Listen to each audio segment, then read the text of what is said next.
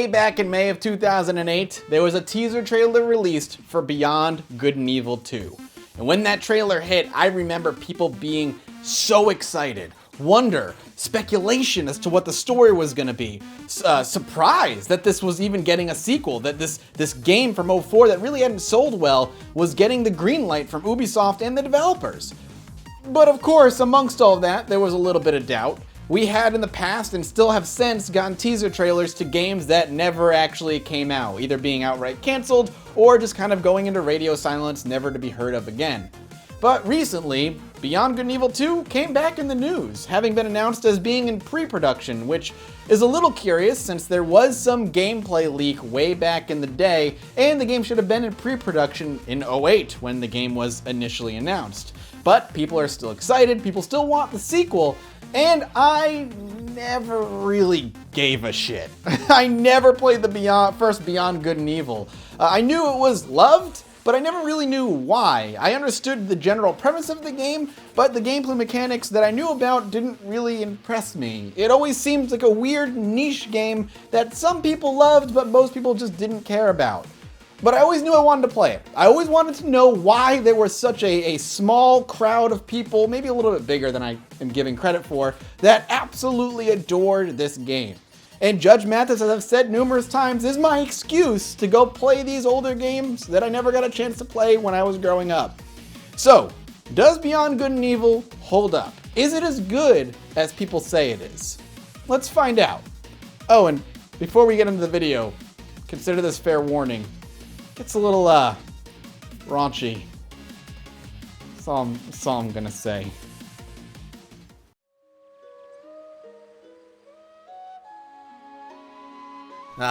Peaceful music, gorgeous scenery, yoga by the water, my kind of day.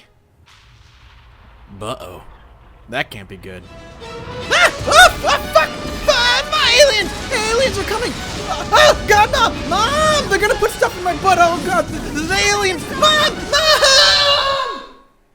Jesus Christ, that went from 0 to 100 real quick. I thought this was a game about a cool as hell photographer on a mission to uncover government corruption and conspiracies. I didn't know we'd also be playing the part of Will Smith in Independence Day.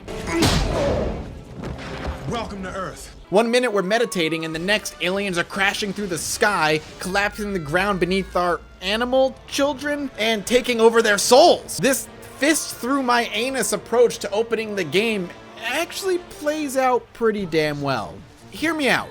While most games take time to build their main characters before something traumatic happens that catapult them forward into action, we're not even a minute introduced to the main character, Jade, never mind who these animal children are, and we immediately learn she cares a great deal about them, watching her go into battle right away to keep them safe. It also shows us that instantly Jade isn't someone to be trifled with. She fights fluidly and competently, even with just a stick picked up off the ground, and kicks all sorts of alien ass. And after she's done, sure, she gets kidnapped by a tentacle alien, but that's fine. We don't worry about that. Because right as her soul is about to be ripped out of her body by the tentacle alien, her pig uncle comes crashing through the window of their lighthouse home, which, side note, feels wildly unnecessary when there's fully functioning doors at the base of the building. Still, he jumps through the window, landing on the alien and stunning it, and in very Return to the Jedi style, he tosses Jade her karate staff. Bow? Staff? Wait, they call a karate staff a bow, right? Hang on, I gotta check. Oh, it's bow staff, actually. Huh, I just thought it was always bow, not bow staff. Neat. The more you know. After she gets her bow staff, she then frees herself from being captured, and you have yourself your first boss battle to some awesome music.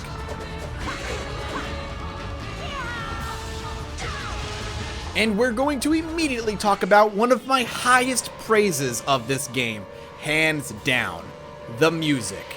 Every bit of music in this game is stunningly fantastic. From the jolly music that plays when you're in Mamago's garage, which is probably my favorite track in the game, to the epic battle music during fights, all the way to the simple, beat-heavy techno that plays during stealth segments. It sets each mood near perfectly, and I freaking love it. So much so that I ended up picking up the soundtrack after I finished the game. It's that good. So after beating up the tentacle alien boss, a bunch of troops called the Alpha Section show up with the news team arriving with them. It's here that we learn that we're at war with an alien race called the Doms, and they finally come to the peaceful planet of Hillis, which is where we live. Jade and Paige are taking care of orphans here at the lighthouse whose parents were captured by the evil Doms. The Alpha Section are a bunch of soldiers whose job it is to keep Hillians safe from this alien race, but always seem to show up late to the attack itself, something that comes off as extra suspicious to our characters. Paige even gives them a little bit of lip before they take off, taking all the glory with them. Yeah, well you guys are not what I'd call as fast as a speeding bullet. Keep doing nothing, and next time, there'll be nothing left here to save. Cut. Shortly after, we get a message that someone has a job for us. Knowing that we're sort of a freelance photographer, someone by the name of Mr. DeCastellac wants us to head to Black Isle to accept a job. Paige thinks it's too dangerous, but our sassy Latino hip computer, Secundo, says we need the money. And we do. Badly. In the beginning, when the aliens were attacking, Jade tried to put up a shield to keep the kids safe. Unfortunately, we were behind on our payments and the shield went down, allowing the aliens to crash land on our little island. Because apparently, security during a time of war is secondary to people making that dollar bill, y'all. We decided to go, but to get there, we'll need to upgrade our hovercraft to bypass some obstacles preventing us from reaching the island. And to do that, we need to go to Mama Go's garage and pay them in pearls, which we gather from finishing dungeons, exploring secret areas, and by taking pictures of animals. And if you haven't noticed already, yeah, there's a lot of things happening in Beyond Good and Evil. One minute you're fighting aliens, the next you're exploring the world of Hillis and its tiny islands, and then the next you're taking photos of wildlife. It's a stealth game, it's an action game, it's an exploration game, and it's kind of a Pokemon Snap game. And while most games would collapse under that kind of pressure, Beyond Good and Evil somehow not only manages to balance it, but flourishes under it all. Not to say that every bit of the game is flawless though, the stealth sections in particular are a bit finicky and basic, usually boiling down to a very simple formula. Come up to a room, watch enemies patrol, learn their patterns, and then sneak by them. Sometimes they'll toss in a bit of an extra challenge like a moving spotlight or lasers you have to duck under or dive over, but it usually doesn't make it that much harder. No, the real difficulty when it comes to the stealth sections is wrestling the camera. Too often it gets caught on a piece of geometry or decides that, no, what I want isn't what we should do, and it has a mind of its own, and it'll freak the heck out on its own, spinning around and looking at a wall or pointing down at the floor while I'm trying desperately to figure out where the enemies are patrolling before they freaking spot me. The stealth may not be great, but it isn't god-awful, and the rest of the game is really good. The structure of it is kind of like a Zelda game. You'll be tasked with going into what I deem dungeons, solve puzzles along the way, gather power-ups to solve future puzzles, and then leave, and the story then progresses until you get to the next dungeon. But my favorite part of the game is taking pictures. I wasn't kidding when I said it had some Pokemon Snap in its DNA. Every time a new creature shows up, you'll be taking out your camera, lining up a shot, and snapping a picture to send off to a science lab looking to catalog all life on Hillis. You'll get paid for each photo, and every 10 or so pictures you get a pearl, which is the rare currency used to upgrade your hovercraft. I'm not kidding when I say I would go out of my way to explore Hillis to find creatures to take pictures of. And the game actively encourages it, hiding rare creatures all over the world for you to find and take pictures of. By the end, I had become something of a photographing professional. Ooh, strike a pose. Kawaii! Blink for me, blink. Cool! Work it. Has anyone looked as good as you? No, they have not. After arriving at Black Isle, we're briefed on what Mr. DeCastellac wants from us. Apparently, the government is hiding the truth from its citizens and that the Doms are already well entrenched in Hillis. He wants us to head into this cave to find one of the Doms monsters that supposedly is hiding in there, and to take some pictures of it so that they can show the world that the government is lying. In return, we'll get paid a tidy sum. And needing the money, we agree. So we head into the cave, take some pictures of evil monsters before we kill them, get them their proof, all while solving some simple puzzles in the process. Along the way, Paige will follow us and help us overcome certain obstacles with his wrench and combat enemies alongside us. All through the game, you'll have different companions that'll help you through dungeons in different ways and usually keep you chuckling with their dialogue. And while the partner might change up from time to time, their abilities are practically identical. Where Paige might use his tool to open up a fence, another partner might just ram his head into the same fence, achieving the same goal. After acquiring the evidence, we promptly murder the monster we were here to photograph, which I feel like would normally nullify any photographs of this monster we took in the first place, therefore nullifying our contract and our evidence, and then we wouldn't get paid. But no one seems to care, nor do we, so since we don't even mention the fact that we killed the thing, and they take our pictures, and we get paid. But that's not the important part. What we learn is that this was all a test to see if we were any good at our job, and it was a recruitment attempt by Iris, a rebel group fighting back against the government and attempting to spread the truth to Hillis citizens. They believe that the Doms have completely taken over the Hillis government, and with our natural talent at, taking pictures, I guess?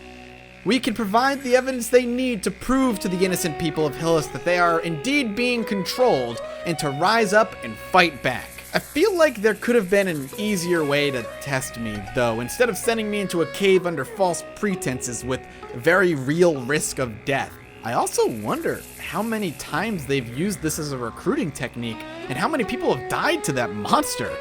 How many innocent souls lost to the creature of Black Isle? How many thought they were just gonna take a picture of a creature to be brutally murdered and eaten by a Dom's monster? More than ever, Jade, the Iris Network needs people like you. Help us fight the good fight. Well, when you put it that way, good sir, I'm on board. Who says flattery doesn't work anymore? So Jade decides to join Iris, and from this point on goes on an adventure to do everything she can to out the corrupt government and those behind it. You'll be infiltrating secret warehouses, finding out the government is kidnapping its own citizens, taking photographic proof that the Doms are indeed among us, all while taking pictures of cute animals, racing other hovercrafts, and exploring a bright and colorful and downright intriguing world. Having finally played through Beyond Good and Evil, I can see why it's so beloved by so many. There's so much here that just works. Its mix of so many different gameplay mechanics would doom almost any game, but Beyond Good and Evil makes it work. Its combat feels like a precursor to what the Batman Arkham series would be, with the ability to fluidly fight multiple enemies at the same time, and animations that support it. It also brings in some older style development ideas like collecting things through the world to progress, something that was majorly prevalent in the N64 platforming era. And then tosses some great side quests and distractions throughout the world to keep the game from ever feeling repetitive.